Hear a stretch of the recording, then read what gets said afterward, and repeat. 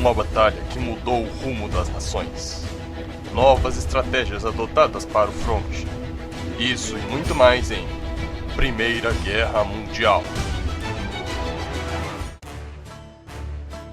Bem, primeiramente, vamos ver o que causou esse conflito, para a gente entender melhor o que aconteceu, por que aconteceu. Beleza, então tínhamos as grandes potências da Europa.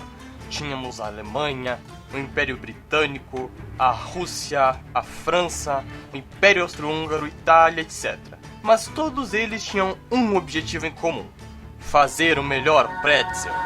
Brincadeira. Eles queriam a supremacia mundial, óbvio. Ter controle dos trens, dos navios e, é claro, das armas. Mas o que levou a esses países a se desenvolverem?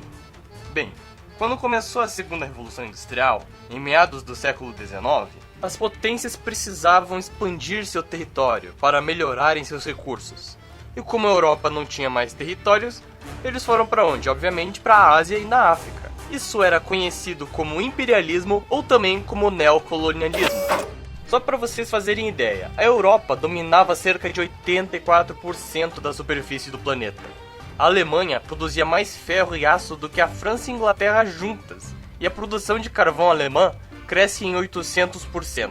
Isso graças às províncias da Alsácia e Lorena, que antes eram províncias francesas. Isso foi um dos fatores que a França queria para entrar nessa guerra. Agora, falemos de armamentos. A arma de fogo com cartucho e espoleta foram as invenções para iniciar essa guerra.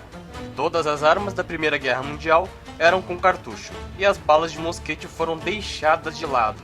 Essa também foi considerada a primeira guerra tecnológica.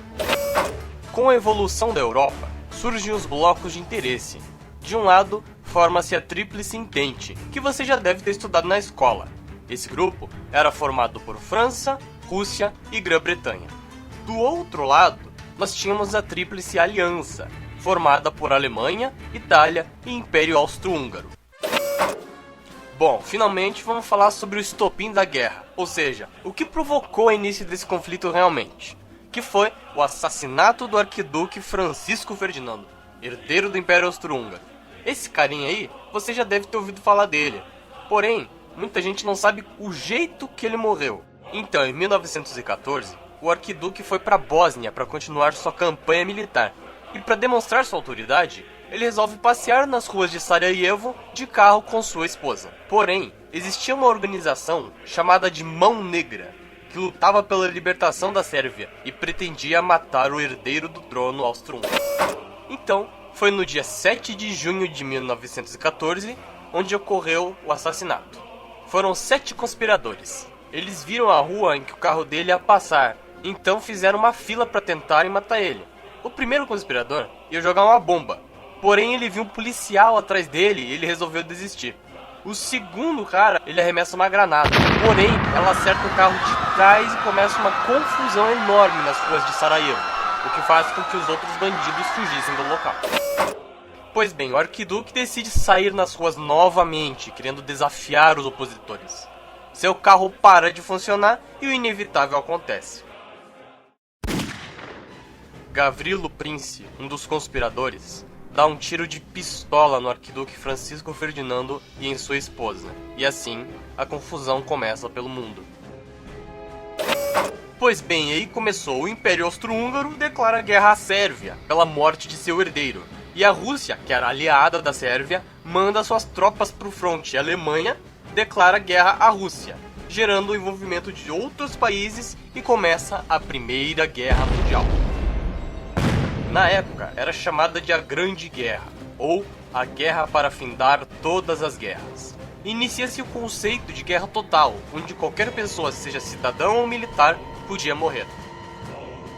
O uso de metralhadoras acaba com a guerra de movimento, que era onde duas tropas se encontravam, avançavam em linhas e iam para o combate corpo a corpo.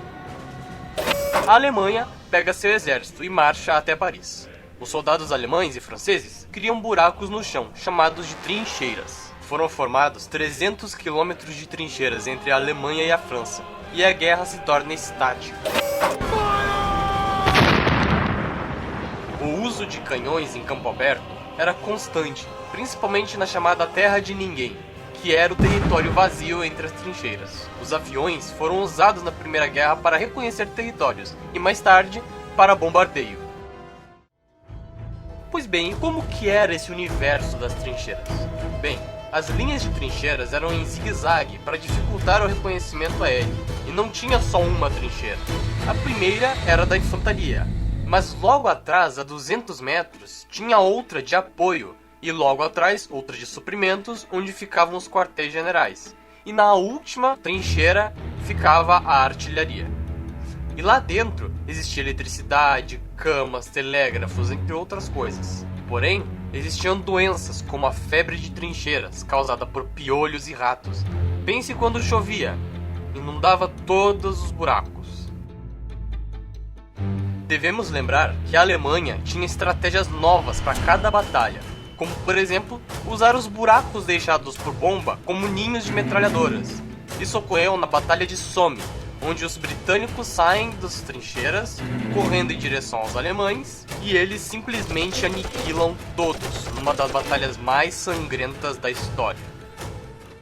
Mas como tirar os soldados das trincheiras? Muito simples, armas biológicas.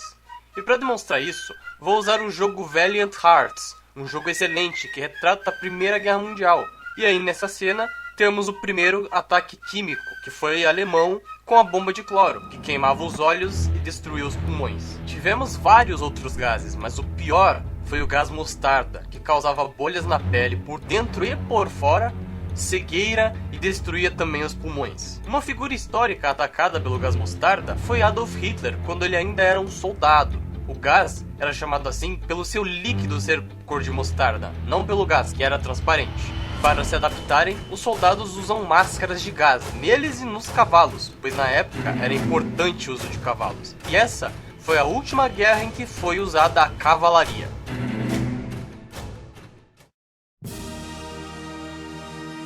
Durante o conflito, surge uma revolução na Rússia, fazendo com que os russos saíssem da guerra, deixando seus territórios para a Alemanha.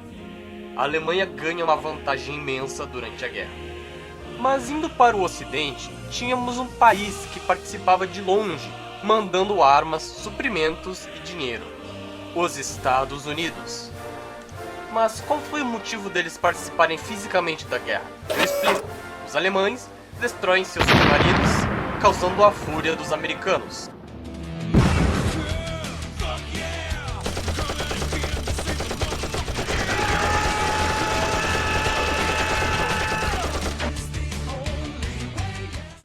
E aí é que surge o pôster do tio Sam apontando para você falando I want you, eu quero você. Investiram cerca de 4 bilhões de dólares em propaganda nos Estados Unidos. Bem, chegou um momento que a Alemanha não aguentava mais e ela resolve desistir da guerra por falta de dinheiro. E surge o Tratado de Versalhes, onde a Alemanha, considerada a única responsável pela guerra, teve que pagar em dinheiro, em territórios e em soldados por todas as perdas causadas na guerra. A Liga das Nações é formada nesse tratado. A Alemanha se enche de dívidas e de comunistas também. Os sentimentos de humilhação aumentam e surge o Partido Nazista, que será falado no próximo trabalho.